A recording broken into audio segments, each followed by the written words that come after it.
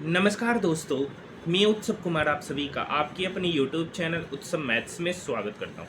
आज की वीडियो में मैं फिर से आप सभी स्टूडेंट के लिए आरपीएफ कांस्टेबल जिसका एग्जामिनेशन 7 मार्च 2025 को सेकंड शिफ्ट में हुआ था, उसमें जो मैथ के 35 प्रश्न पूछे गए उन सारे 35 प्रश्नों का सॉल्यूशन आज हम लोग वीडियो में देखने वाले। आज हमारा आरपीएफ कांस्टेबल का 17वां क्लास है, यानी अभी तक हमने आरपीएफ कांस्टेबल के मैथ के 16 शिफ्टों का कंप्लीट सॉल्यूशन कर लिया है। जो नहीं देखे वो जाकर देख सकते हैं, प्लेलिस्ट बना दिया गया है। ठीक है, सबसे पहला क्वेश्चन आपके स्क्रीन के ऊपर ये रहा। क्वेश्चन क्या कर रखा है कि यदि बेलनाकार छड़ का बाह्यवक्र पृष्ठीय क्षेत्रफल इतना है, ठीक है, छड़ की लंबाई इतना है, तो छड़ की बाहरी त्रिज्या ज्ञात कीजिए। अब देखिए, छड़ का वक्र पृष्ठीय क्षेत्रफल होता है 2πr/h और इसी का वैल्यू दे रखा है सर 5600 सेंटीमीटर स्क्वायर। तो 2 पाई का वैल्यू बोल रहा है 22/7, रेडियस आपको निकालना है और हाइट यहाँ पर दे रखा है 92 centimetre is equal to 5600 centimetre square. अब यहाँ से काटने वाला खाली काम करना है, तो ये 2 से कटा सर 2800 बार में, ये 2 से कटा 2800 बार में, ठीक है। फिर ये 7 2 नहीं कटेगा, तो यहाँ से r बराबर निकलेगा 2800 गुना 7/22 गुना 92, ठीक है। ये 4 से कटेगा, 4 दूनी 8, 1 4 12, ये 4 से कटेगा 7 चौक 28 मतलब 700 बार में। ऊपर में हो गया 7 गुना 7 4900/22 गुना 3, तो 22 तिया 66 का 6, बाकी 6 22 दूनी 44 और 6 50, यानी 4900/506, 4900/506। अब लगभग में हम बात करेंगे, लगभग में बात करेंगे, अगर इस 506 को हम क्या मान ले, 500 मान ले, क्या मान ले 500, तो ये 00 से ये 00 कट जाएगा, ये 5 इस 49 को 5 नमा 45, 5 4 बचेगा, 5 8 40, लगभग 9.8 के आसपास आएगा। और 9.8 के आसपास एक ही ऑप्शन है, ऑप्शन नंबर 4 अप्रोक्स में, बाकी भाग आप कैलकुलेशन खुद कर सकते हैं। नेक्स्ट क्वेश्चन, पाइप ए और बी एक खाली टंकी को क्रमशः 78 मिनट और 39 मिनट में भर सकते। पाइप ए और बी दोनों को एक साथ खोला जाता है, कितने समय बाद पाइप ए को बंद किया जाना चाहिए ताकि टंकी 25 मिनट में भर जाए। तो 78 और 39 का एलसीएम होगा 78। पाइप ए 78 मिनट में 78 काम किया तो पाइप ए का एफिशिएंसी 1, पाइप बी 39 मिनट में 78 काम किया तो पाइप बी का एफिशिएंसी 2 कर रखा। पाइप ए और बी दोनों को एक साथ खोला गया, पाइप ए को लास्ट में बंद कर रहा है, तो कितने समय में टंकी 25 मिनट में भर जाएगा।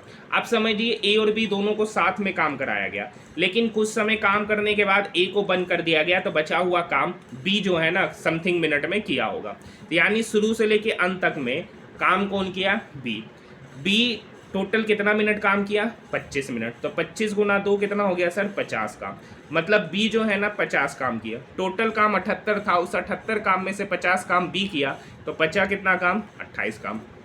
अब इस 28 काम को ए 1 एफिशिएंसी के साथ कर रहा है, तो कितने दिन में करेगा, तो 28/1 दिन में ए जो है ना उस कार्य को, सॉरी यहाँ मिनट है, तो 28/1 मिनट में उस कार्य को समाप्त करेगा, ऑप्शन नंबर 4।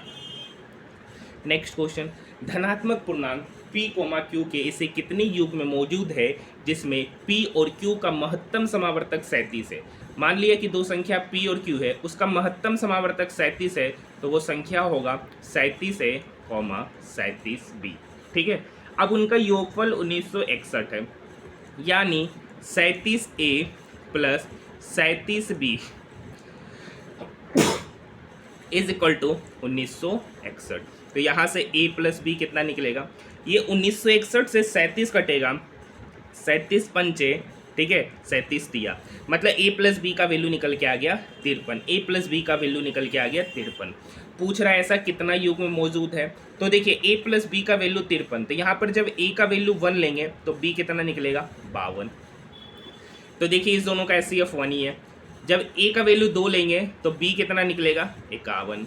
फिर उसी तरीके से a का वैल्यू 3 लेंगे तो b कितना निकलेगा 50। तो इस तरीके से कितना युग्म पॉसिबल होगा।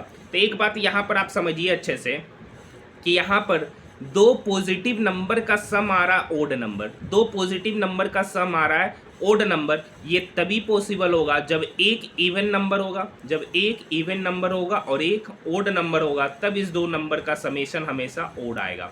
अब आपको पता है एक इवन नंबर हो और एक ओड नंबर हो तो उसका एचसीएफ मैक्सिमम केस में हमेशा आपका 1 ही आता है, मैक्सिमम केस में जो आपका आएगा ना 1 ही आएगा। तो यानी इस तरीके का टोटल कितना नंबर बनेगा, तो 53 का जरा हम आधा करते लगभग, तो 53 का आधा लगभग 26 होगा और एक उसका कंजुगेटिव लेंगे तो 27। ठीक है, तो यहाँ पर लगभग 1 52, 2 51, 3 50, 4 49, 5 48, इस तरीके से आखिरी नंबर बनेगा 26,27। मतलब इस तरीके का टोटल के गो युग्म बनेगा, तो इस तरीके का टोटल 26 युग्म बनेगा जिसका एचसीएफ 36 हो जाए, 37 हो जाए और ये हो जाए, तो ऑप्शन नंबर 3। ठीक है, नेक्स्ट क्वेश्चन, उस समद्विबाहु त्रिभुज के क्षेत्रफल की गणना कीजिए जिसकी समान भुजाओं में से प्रत्येक भुजा की लंबाई 5 और तीसरी भुजा की लंबाई 8 है। तो एक फॉर्मूला आपको याद होगा समद्विबाहु त्रिभुज का, b/4 into square root under 4a² minus b²। b जो होता है ना अनइक्वल साइड होता है और a इक्वल साइड होता है। अब देखिए प्रत्येक भुजा की लंबाई अनइक्वल वाला 8 है, तो 8/4 into square root under 4, a यहाँ पर 5 है तो 5 का स्क्वायर करेंगे 25 माइनस b का स्क्वायर करेंगे तो 8 64। तो ये 8 4 से कटा 2 बार में, 2 गुना 25 गुना 4 100 में से 64 गया तो square root under 36 is equal to 2 into square root under 36 मतलब 6 सेंटीमीटर स्क्वायर, 2 गुना 6 सेंटीमीटर स्क्वायर मतलब 12 centimetre square, option number 4। Next question देखिए, 5 संख्याओं का योग दे रहा है, पहली 2 संख्याओं का औसत है, तो पहली 2 संख्याओं का योग कितना होगा, तो 75 गुना 2 150।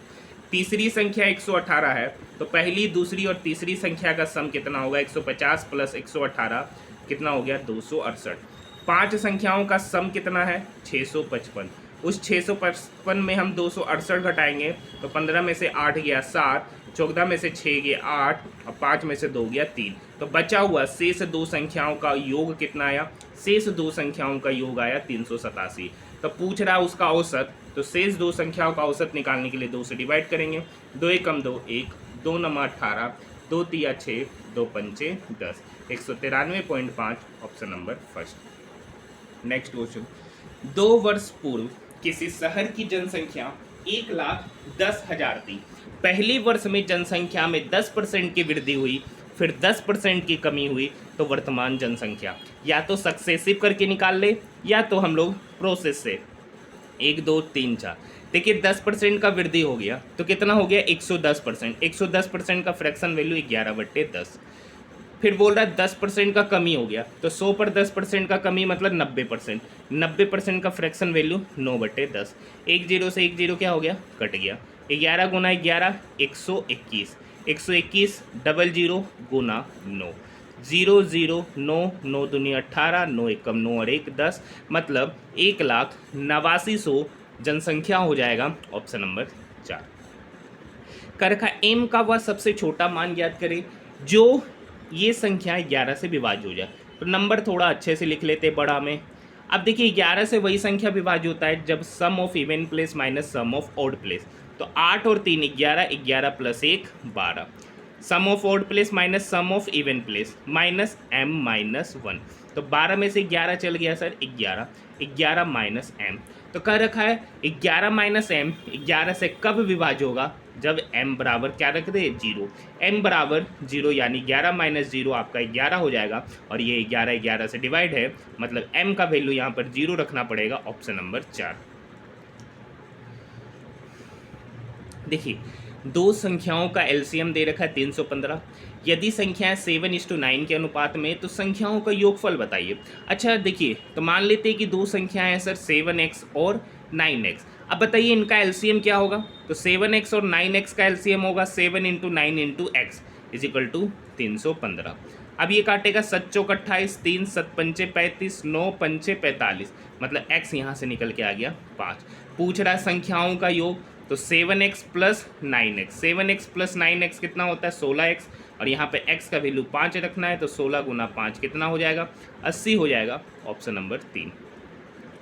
देखिए एक बेहद सा आसान क्वेश्चन, ये 4 से 2 कटा 2 बार में, 3 गुना 2 हो गया 6, 16 में से 6 गया 10, 11 में से 10 गया 1, 21 में से 1 गया 20, 41 में से 20 गया 21। Option number first. ये क्वेश्चन देखिए।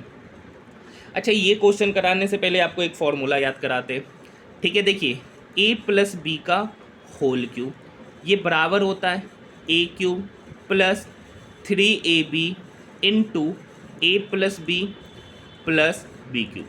अब इसे ही हम लोग लिखते थे A cube plus 3a square B plus 3ab square plus B cube. तो ये वाला टर्म इसके बराबर है। देखिए ये इसके बराबर ये हो गया, यानी a बराबर हो गया 15.97 और b के बराबर हो गया ये, ठीक है, 0.03। तो यहाँ पे बोल रहा है तो ये क्या होगा, तो ये वाला जो वैल्यू होगा ना वो इसके बराबर होगा। तो यहाँ पर ए बी, तो 3 इंटू ए की जगह पर है सर 1.59 और बी के जगह पे है sir 0.03। 3ab into A plus B, तो ए प्लस बी मतलब 15.97 है। ये कितना है 15 यहाँ पे ये क्या है, ये 1.59 नहीं है 15.97। तो ए के जगह पे रखेंगे 15.97, बी के जगह पे रखेंगे 0.03 इंटू ए प्लस बी मतलब इस दोनों का सम, तो 15.97 प्लस 0.03 मतलब 16 हो गया। और यही वैल्यू किसके बराबर यहाँ पे 1.4373 इंटू पी। डेसिमल के बाद 2, डेसिमल के बाद 2, डेसिमल के बाद 4, ये कट गया। अब काटना है तो 3 तिया 9, ये 1597 जो है ना, इससे पूरा का पूरा कट जाएगा। तो P बराबर यहाँ पर निकल के आएगा 16। P बराबर क्या निकल के आएगा, 16 निकल के आएगा। ऑप्शन नंबर फर्स्ट इसका सही उत्तर कहला जाएगा। देखिए एक लड़की 28 किलोमीटर पर आवर की चाल से स्कूल जाती है और वह 21 की चाल से वापस आती है, तो उसकी औसत चाल, तो औसत चाल का फॉर्मूला आपको पता है 2xy बटे x प्लस वाई होता है। बाकी दूसरा तरीका प्रोसेस से जाइएगा तो कैलकुलेशन हो जाएगा, 2 गुना 21 गुना 28 बटे 21 प्लस 28, 8 1 9 2 2 4, 728, 7 7 49, 7 तिया 21, 4 तिया 12 दूनी 24 km per hour. Option number first. Next question, एक निश्चित राशि पर 10% की दर से 2 वर्ष में प्राप्त होने वाला चक्रवृद्धि ब्याज, यदि ब्याज वार्षिक रूप से संयोजित है और साधारण ब्याज का अंतर 1060 है, तो राशि पूछ रहा है। तो देखिए 10% का फ्रैक्शन वैल्यू होता है सर 1/10। प्रोसेस से भी करा देते हैं और हिट एंड ट्रायल से भी। अब देखिए 10 है ना, अब यहाँ पर 2 साल है तो 10 का स्क्वायर करेंगे मतलब 100 यूनिट। मान लिया कि प्रिंसिपल कितना यूनिट है, 100 यूनिट। 100 पे 10% का तो मतलब कितना होगा 10, फिर इधर 10, फिर 10 का 10% लेंगे तो 1, और SI और CI का जो डिफरेंस निकल के आता वही 1 यूनिट निकल के आता, और यही 1 यूनिट का वैल्यू यहाँ पर दे रखा है 1060 रुपया। तो पूछ रहा राशि, तो राशि कितना यूनिट है, 100 यूनिट। तो 1 यूनिट का वैल्यू 1060 रुपया, तो 100 यूनिट का वैल्यू होगा 1060 गुना 100 मतलब 1,06,000 रुपया होगा। देखिए क्या करते हैं, जो 100 यूनिट माने उस 100 यूनिट का 10% लिए तो दिए 10 यूनिट, फिर दूसरा साल ब्याज लेंगे तो 10 यूनिट, फिर ब्याज पर ब्याज लगता है। अगर SI बात करेंगे तो 10 + 10 कितना हो गया 20 यूनिट, CI हो गया 10 + 10 + 1 मतलब 21 यूनिट। CI और SI का डिफरेंस 21 - 22 21 - 20, इसलिए डायरेक्ट याद रखिएगा CI और SI का हमेशा यहाँ पर जो नंबर आता है वही डिफरेंस होता है। बाकी दूसरा फॉर्मूला होता है P × R/100 का होल स्क्वायर, यही बराबर होता है CI - SI का डिफरेंस। प्रिंसिपल निकालना है, R का वैल्यू 10 है तो 10/100 का होल स्क्वायर, 0 से 0 कटा, यहाँ पे 1/10 का स्क्वायर करेंगे, ठीक है। तो 1/10 का स्क्वायर करेंगे तो यहाँ पर होगा P × 1/100। अब ये 100 इक्वल के इधर जाके क्या होगा, गुना होगा, तो ये 00 इक्वल के इधर आके 00 बैठ जाएगा, तो भी वही आंसर निकल के आएगा। ये आपका फॉर्मूला के रूप में हम लोग 2 साल का SI और CI का डिफरेंस में यूज करते। ये एक अच्छा क्वेश्चन है। 2 उम्मीदवारों के बीच हुए चुनाव में 90% पंजीकृत मतदाताओं ने अपना वोट डाला और डाले गए वोटों में से 15% अवैध पाया। विजयी उम्मीदवार को वैध मतों में से 51% वोट मिला और उसने 2142 वोटों से चुनाव जीता। तो मान लेते कि टोटल वोटर है सर 100 यूनिट, ठीक है, उसमें से 90% पंजीकृत मतदाता ने वोट डाला, तो 100 का 90% कितना हुआ सर 90 यूनिट। इस 90 यूनिट ने ही वोट डाला। अब इस 90 में से 15% वोट अवैध हुआ, तो 90 का 15% होता है सर 13.5, तो 90 में से 13.5 चला जाए, 90 में से कितना चला जाए 13.5, तो बचा कितना 76.5। यही आपका वैलिड वोट है, यही आपका वैलिड वोट है। अब इसमें से 51% वोट मिला जीतने वाले को, तो हारने वाले को कितना मिला 49%। अब यानी कर का वोट कितने परसेंट से जीता, तो यहाँ पे वोट जीत रहा 2% से, किसका 2% से, तो वैलिड वोट, तो 76.5 का 2%, क्या 2%, और इसी का वैल्यू यहाँ पर दे रखा है 2142। ये 2 इसको काटेगा, 2 एकम 2, 2 सती 14, 2 एकम 2। अब ये परसेंटेज हटाएंगे और यहाँ से डेसिमल हटाएंगे, तो यहाँ से 765 बटे 100 गुना 10 मतलब 1000 इज इक्वल टू 1071। ठीक है, तो यहाँ से 1 यूनिट हमको निकालना है सर 100 यूनिट, तो यहाँ से 1 यूनिट का वैल्यू जो होगा ना, सबसे पहले ये 765 जो है ना, इस 1071 को काटेगा 1.4 बार में।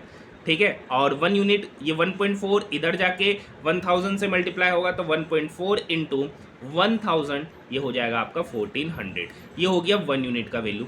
टोटल वोटर कितना था सर 100 यूनिट, 1 यूनिट का वैल्यू 1400, तो 100 यूनिट का वैल्यू हो जाएगा 1400 गुना 100, ऑप्शन नंबर 4। देखिए थोड़ा सा जगह कम होता है, इसलिए बताने में थोड़ा सा कैलकुलेशन करने में दिक्कत होता है।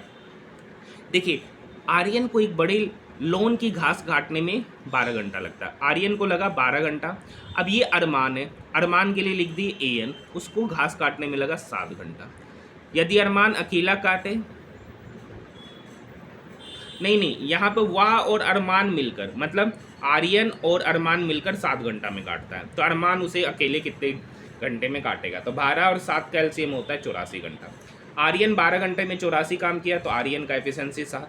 आर्यन प्लस अरमान 60 घंटा में 84 काम किया, तो आर्यन प्लस अरमान की एफिशिएंसी 12। तो यहाँ से अरमान की एफिशिएंसी क्या निकलेगा, तो आर्यन की एफिशिएंसी 7, आर्यन प्लस अरमान की एफिशिएंसी 12, तो यहाँ से अरमान की एफिशिएंसी होगा 12 माइनस 7 मतलब 5।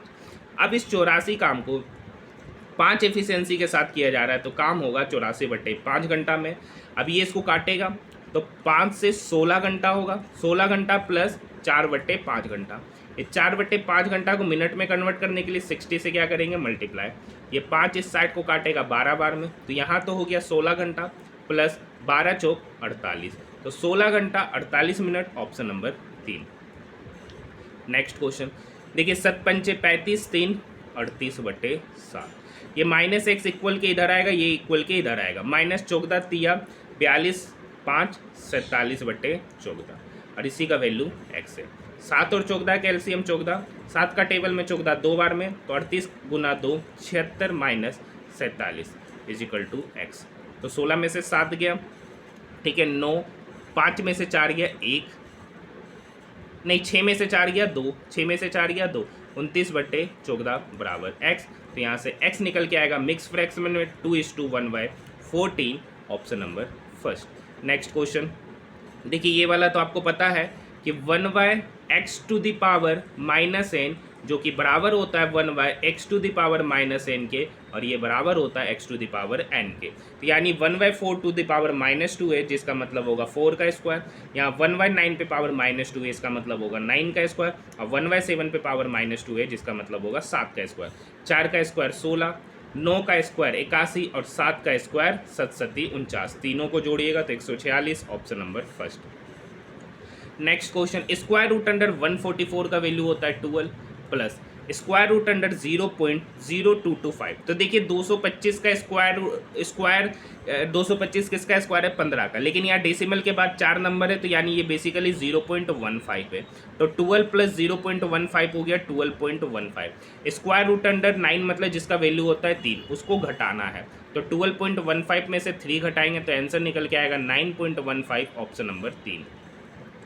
देखिए आर्यन को 17 घंटे में 889 किलोमीटर दूर अहमदाबाद पहुंचना है, 5 घंटे तक उसकी चाल रहती है 29। तो 5 घंटे में कितना दूरी तय किया, तो 29 पंचे 30 पचे 150 में से 5 गया 145 किलोमीटर। मतलब वो 5 घंटे में 145 किलोमीटर तय किया, वो 5 घंटे में 145। अब 96 किलोमीटर का जो नेक्स्ट दूरी है ना, वो 24 की स्पीड से गया, तो समय कितना लगेगा, तो 96/24 मतलब 4 घंटा। तब पूछ रहा है बचे हुए बचे हुए समय नहीं, अब देखिए उसको अपना जो डिस्टेंस कवर करना है ना वो 17 घंटे में ही कवर करना है, तो उसको अपना स्पीड कितना करना पड़ेगा। तो 145 प्लस 96 कितना हो गया, 6 5 11 9 10 4 14 241 किलोमीटर। टोटल जाना था 889, 889 में से 241 किलोमीटर गया तो बचा कितना, 9 में से 1 गया 8, 8 में से 4 गया 4, 8 में से 2 गया 6, 648 किलोमीटर बचा। अब इस 648 किलोमीटर को करना कितने में है, तो देखिए 5 घंटा प्लस 4 घंटा, 9 घंटा तो चल गया, तो बचा हुआ घंटा टोटल जो ट्रेवल में समय लगना चाहिए था वो 17 घंटा में ही समाप्त होना है, जिसमें से वो 9 घंटा में 241 गया, तो बचा हुआ दूरी को उसको 8 घंटा में करना पड़ेगा। तो 648 किलोमीटर को 8 घंटा में, तो औसत चाल निकल के आएगा 88 64, 8 एकम 8 मतलब 81 किलोमीटर पर आवर इसका औसत स्पीड कहलाएगा। Option number first. देखिए प्रथम 130 सम संख्याओं का औसत, तो प्रथम 130 सम संख्या, तो देखिए प्रथम n सम संख्याओं का औसत होता है n+1, तो यहाँ पे n की जगह पर 133 रखेंगे तो 133 + 1 134, ऑप्शन नंबर फर्स्ट।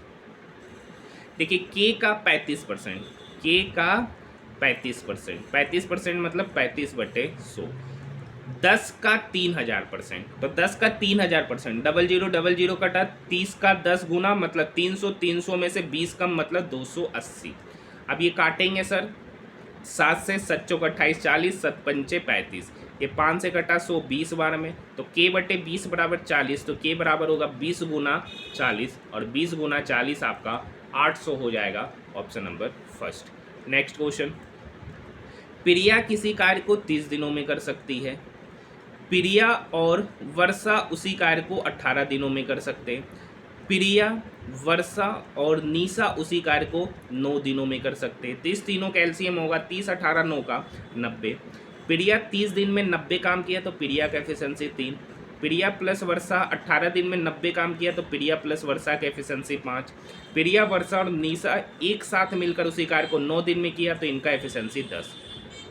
तो कह रहा है इस 90 काम को प्रिया और निशा कितने दिनों में करेंगे, तो प्रिया का तो एफिशिएंसी हो गया 3, निशा का कितना होगा, तो देखिए प्रिया प्लस वर्षा किसी कार्य को, प्रिया प्लस वर्षा का एफिशिएंसी 5, प्रिया प्लस वर्षा प्लस निशा का एफिशिएंसी 10, तो यहाँ से निशा का एफिशिएंसी निकल के आएगा 10 - 5 मतलब 5, तो 3 + 5 8, मतलब उस 90 काम को 8 एफिशिएंसी से प्रिया और निशा करते हैं। ये 2 से कटेगा 45 बार में, ये 2 से कटेगा 4 बार में, मतलब 45/4 दिनों में कार्य समाप्त होगा। ऑप्शन की बात करेंगे तो ऑप्शन नंबर 2। एक दुकानदार 3800 रुपये में कलाई वाली घड़ी खरीदता है, उसका अंकित मूल्य इस प्रकार तय करता है कि 24% की छूट देने के बाद भी 13% 30% का लाभ हो। अब देखिए आपको पता है एक फॉर्मूला CP/MP, ये बराबर होता है 100 माइनस % डिस्काउंट बटे 100 प्लस % प्रॉफिट। CP यहाँ पर है 3800, MP आपको निकालना है 100 माइनस % डिस्काउंट, तो 100 माइनस 24% मतलब 76% बटे 100 प्लस 30% मतलब 130%।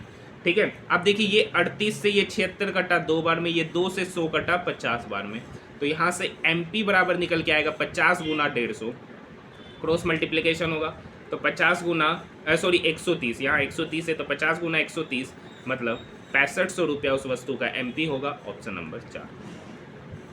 देखिए एक वाटर कूलर का अंकित मूल्य 5420 रुपया है।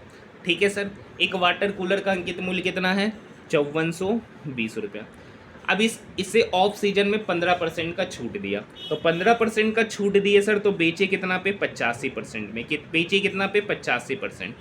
ठीक है, अब भुगतान करने वाले ग्राहक अगर नगद का भुगतान करते हैं तो उसको 5 रुपये का फिर छूट दे दिया जाता है, तो 5% का छूट देना मतलब बेचना कितने पर, फिर से उसका 95% पर, यानी 95/100। तो कह रखा है नगद भुगतान करने वाले ग्राहक के लिए क्रय मूल्य, तो उसके लिए जो खरीद रहा है उसके लिए तो क्रय मूल्य ही कहलाएगा। तो ये 5 से कटा 19 बार में, ये 5 से कटा 20 बार में, ये 0 से 0 कटा, ये 2 इसको काटेगा, 2 दूनी 4, 1 2 सत्ती 14, 271। ऊपर हो गया सर 271 गुना 85 गुना 19/100। अब देखिए जो भी आंसर निकल के आएगा वो डेसिमल में निकल के आएगा, लेकिन आंसर यहाँ पे ये मरा रहा है जो कि ठीक है थोड़ा सा क्या करना पड़ेगा, गुना करना पड़ेगा। तो थोड़ा सा हम साइड में गुना कर लेते, ठीक है। तो यहाँ पर अगर हम इसको काट ही लेते हैं, और नहीं तो क्या करेंगे 271 को 85, इससे बढ़िया काट ही लेते, ये 17 बार में और ये 20 बार में। तो यहाँ पर इसको 17 लिख देते, क्या लिख देते 271 गुना 17 गुना 19/20 हो जाएगा। ये स्टेप भूल जाइए। अब यहाँ पे गुना करना 271 गुना 17 गुना 19, तो 271 गुना 17 गुना 19, थोड़ा सा साइड में कैलकुलेशन कर लेते हैं तो इसका वैल्यू निकल के आएगा 87,533। अब इसको 20 से डिवाइड करेंगे तो 2 चौक 8, 2 तिया 6, 1 2 सत्ती 14, 1 2 छक 12, 1 2 छक 12, 2 पंचे 10। डेसिमल बैठाना है 20 से 0 से, तो यहाँ पर डेसिमल बैठेगा, ठीक है। तो 4376.65। कोई भी ऑप्शन नहीं है तो इस क्वेश्चन में ऑप्शन एरर है। इस क्वेश्चन में क्या है, ऑप्शन एरर है। क्वेश्चन में कोई गलती नहीं है लेकिन ऑप्शन में गलती है। क्वेश्चन नंबर 24 ऑलरेडी बहुत बार कराया जा चुका है। अभी तक लगभग हमने इस सेम टाइप के क्वेश्चन को आरपीएफ कांस्टेबल में अभी तक 50 बार से अधिक पूछा जा चुका है, ठीक है। तो अब ये क्वेश्चन खुद कीजिए, इस शिफ्ट में ऑलरेडी ये क्वेश्चन करा चुके हैं। 8 संख्याओं का योगफल 756 है, तो औसत तो देखिए औसत होता है sir total sum divided by total data. तो 8 नमा 72, ठीक है, 3 8 चौक 32, 4 8 पंचे 40, तो 94.5 औसत, ऑप्शन नंबर फर्स्ट। देखिए ये क्वेश्चन फिर से मिल गया, मतलब आपको बोले ना हर एक शिफ्ट में ये 3 बार पूछा गया है और अभी तक हमने 16 शिफ्टों का सॉल्यूशन किया है, तो लगभग 48 और इस शिफ्ट को मिला ले तो 51 बार ये क्वेश्चन पूछा जा चुका है। जो डेली वीडियो देखते होंगे उनको पता होगा कि ये क्वेश्चन कितना बार पूछा जा चुका है, इसलिए मैं दोनों क्वेश्चन छोड़ दिया हूँ, एक ऑलरेडी करा दिए थे। देखिए घनाभ का आयतन दे रखा है, घनाभ का आयतन होता है L into B into H, और इसी का वैल्यू दे रखा है 3384। L यहाँ पर 8 है, B यहाँ पर 3 है, H आपको निकालना है और इसी का वैल्यू है 3384। पहले 8 से काटेंगे, 8 चौक 32, 1 8 दूनी 16, 2 8 तिया 24, फिर 3 से काटेंगे, ठीक है, 3 एकम 3, 3 चौक 12, 3 एकम 3, तो यहाँ से हाइट निकल के आएगा 141 सेंटीमीटर, ऑप्शन नंबर 4। कर रखा है किसी वर्ग की भुजा 7 सेंटीमीटर से घटाकर 5 सेंटीमीटर कर दिया, मतलब पहले किसी वर्ग की भुजा 7 सेंटीमीटर था, अब कितना हो गया 5 सेंटीमीटर। तो वर्ग का एरिया क्या होता है सर, तो वर्ग का एरिया भुजा स्क्वायर, मतलब 7 का स्क्वायर करेंगे तो 49 सेंटीमीटर स्क्वायर, अब 5 का स्क्वायर करेंगे तो 25 सेंटीमीटर स्क्वायर। मतलब पहले एरिया 49 था, अब कितना हो गया 25। पूछ रहा कितना एरिया में कमी हुआ, तो 49 में से 25 गया, मतलब 24 यूनिट। कितने में सर, तो 49 पे, तो 100 पर कितना, ठीक है। तो ये कैलकुलेशन आप कर लीजिएगा, ऑप्शन नंबर 4 ही निकल कर आएगा, ठीक है। ये एग्जैक्ट वैल्यू पर निकाला गया, देखिए क्योंकि यहाँ पर हम लोग अप्रोक्स जाने से फ़ायदा नहीं है, देख रहे सारा का सारा डाटा, ये खाली छोड़ दिया जाए तो ये तीनों में से ही ऑप्शन होगा क्योंकि सारा डाटा पास में है, ठीक है। तो एग्जैक्ट ही करना पड़ेगा। एक दुकानदार से अमित ने 3 रुपये प्रति पेंसिल की दर से 50 पेंसिल खरीदा के पेंसिल सर 50 पेंसिल खरीदा, किस दर से, 3 रुपये की दर से, तो खरीदा कितना 150 रुपये में, ये सीपी हो गया। फिर 15 पेंसिल को 3.5 रुपये की दर से बेचा, 15 पेंसिल को 3.5 रुपये की दर से बेचा, और बचा हुआ जो पेंसिल है ना उसको 2.5 रुपया प्रति पेंसिल की दर से बेचा। तो 50 पेंसिल खरीदे, उसमें से 15 को 3.5 में, और बचा कितना 35, तो 35 को बेचे 2.5 रुपया पर पीस। तो यहाँ पर कितना में बेचे, 15 पचे 75 का 5, बाकी 7, 15 तिया 45 और 7 52, तो 52.5 प्लस 25 पंचे 125 का 5, बचा 12, 25 तिया 75 और 12, तो इधर हो गया 87.5। 5 में से 5 प्लस 5 जोड़ेंगे तो 0 हो जाएगा, प्लस 7 2 9 और 1 10 का 0, बाकी 1 8 5 13 और 1 14। मतलब खरीदे थे 150 रुपया में पूरा पेंसिल, और उस पूरे पेंसिल को बेचे 140 रुपया में, तो यहाँ पर लॉस कमा रहे, कितना का 150 माइनस 140 मतलब 10 रुपये का लॉस। कितने पर, 150 पर, तो 100 पर कितना। तो ये डबल जीरो तो कटेगा नहीं, ये 1 0 से ये 1 0 कटा, ये 5 से कटेगा सर 20 बार में, ये 5 से कटा 3 बार में, तो 20/3% का क्या होगा, हानि। 20/3% का हानि मतलब 6.67% का loss, option number 3। Next question, 87 km/h की चाल से चलने वाली एक बस 15 घंटे में एक यात्रा पूरी करती है, तो 9 घंटे में समान दूरी तय करने के लिए बस की चाल। देखिए यहाँ से सबसे पहले डिस्टेंस निकालेंगे। तो डिस्टेंस कितना पता चला, तो जब 27 की स्पीड से 87 की स्पीड से 15 किलोमीटर चला तो उसका स्पीड हो गया 87 गुना 15। अब इस 87 गुना 15 डिस्टेंस को 9 घंटे में तय करना है, तो उसका स्पीड नया होगा 3 तिया 9, 3 पंचे 15, 3 दूनी 6, 2, 3 नमा 27, 29 पंचे 145 किलोमीटर पर आवर उसका नया स्पीड होगा। Option number 3।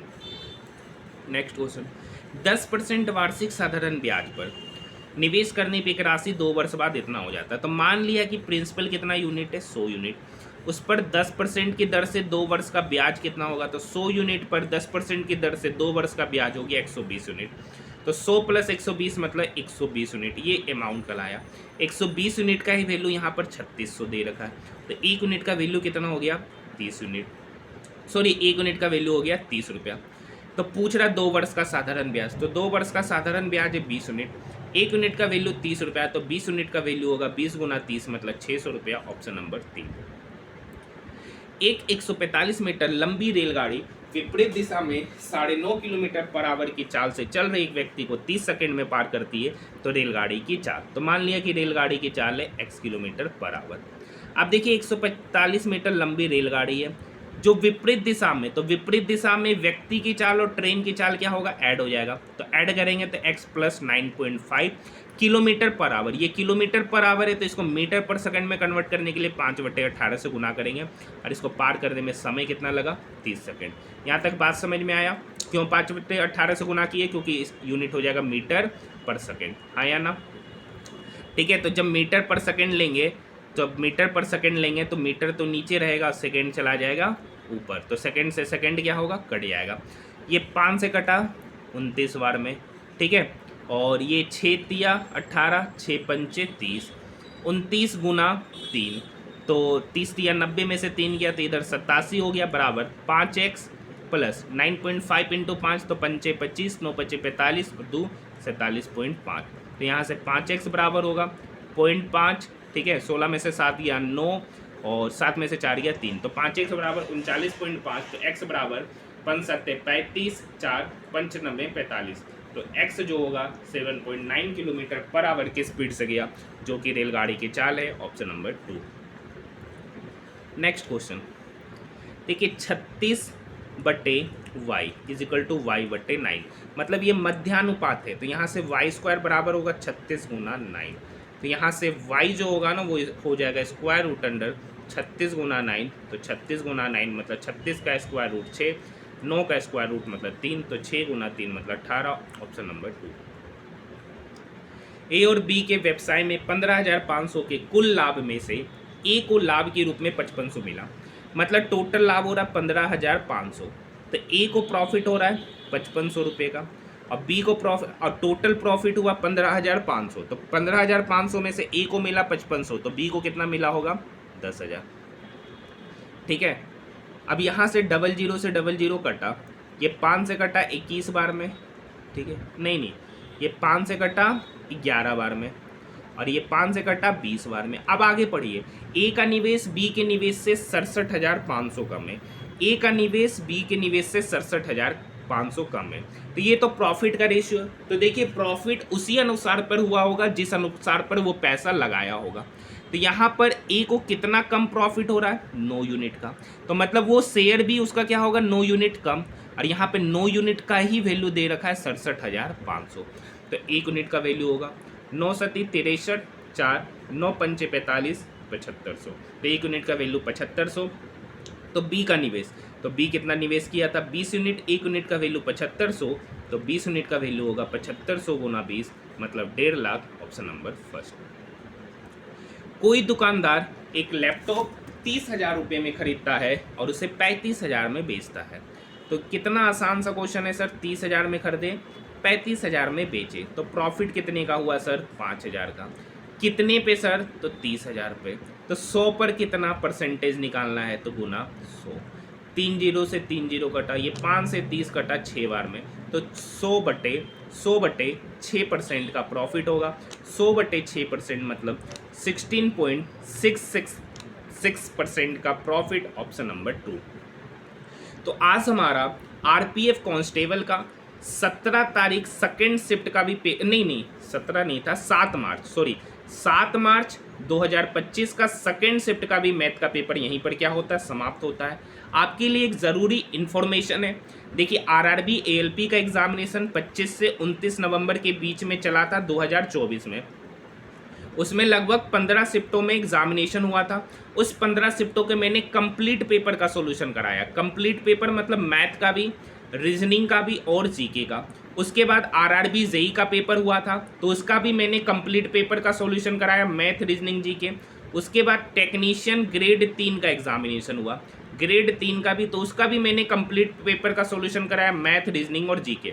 और वहाँ से ये निष्कर्ष निकला कि वहाँ से जो रीजनिंग के प्रश्न थे ना, वो रीजनिंग के प्रश्न, वो सारे के सारे प्रश्न एएलपी में भी सेम टाइप का, जेई में भी सेम टाइप का, टेक्नीशियन में भी सेम टाइप का, और वही सेम टाइप का क्वेश्चन आरपीएफ एसआई में भी देखने को मिला और कांस्टेबल में भी देखने को मिला।